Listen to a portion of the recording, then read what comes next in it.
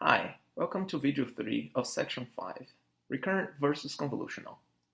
In the last video, we saw how to write a recurrent layer in Python with YAML. In this video, we will talk about how to know when we should use one or the other. Also, when and how to use them together.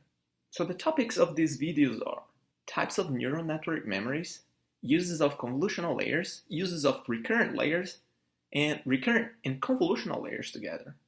Using signal processing terminology, we can say that there are two types of memories in neural networks. Those implemented by finite impulse response filters and those implemented by infinite impulse response filters. We can quickly recognize one or the other as follows.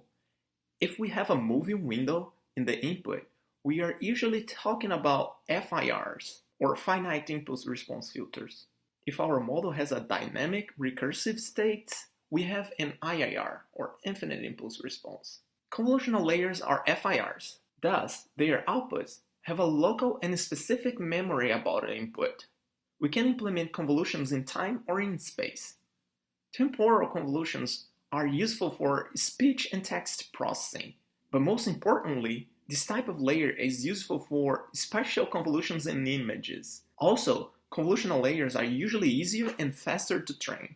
The message here is, if your input data are images, you should use convolutions in the first layer at least. If you have speech data, you could, for example, calculate spectrograms and treat them as images. Recurrent layers are IIRs. Thus, they have a long-term memory, technically infinite memory, about the input. But that memory is blurred, with exponentially decaying information about the past.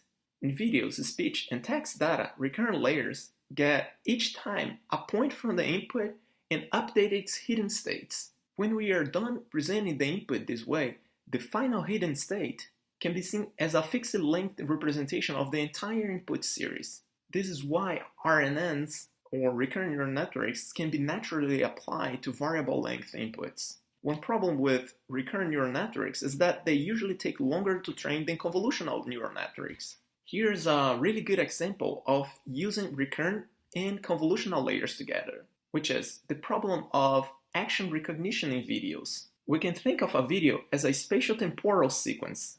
I mean, the frames evolving in time.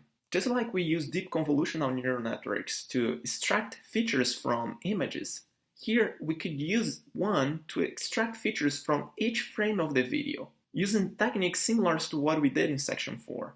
This way, we transform the sequence of frames into a sequence of features, and this accounts for the spatial part of the problem. After that, we could train a recurrent neural network on that sequence of features to do an action recognition. Training this full model from scratch using both convolutions and recurrent layers could be really time-consuming. Thus, the strategy of using pre-trained models is really handy here. And our problem reduces to only training the recurrent neural network on top of the representations. In this quick video, we discussed the differences and similarities between convolutional and recurrent layers.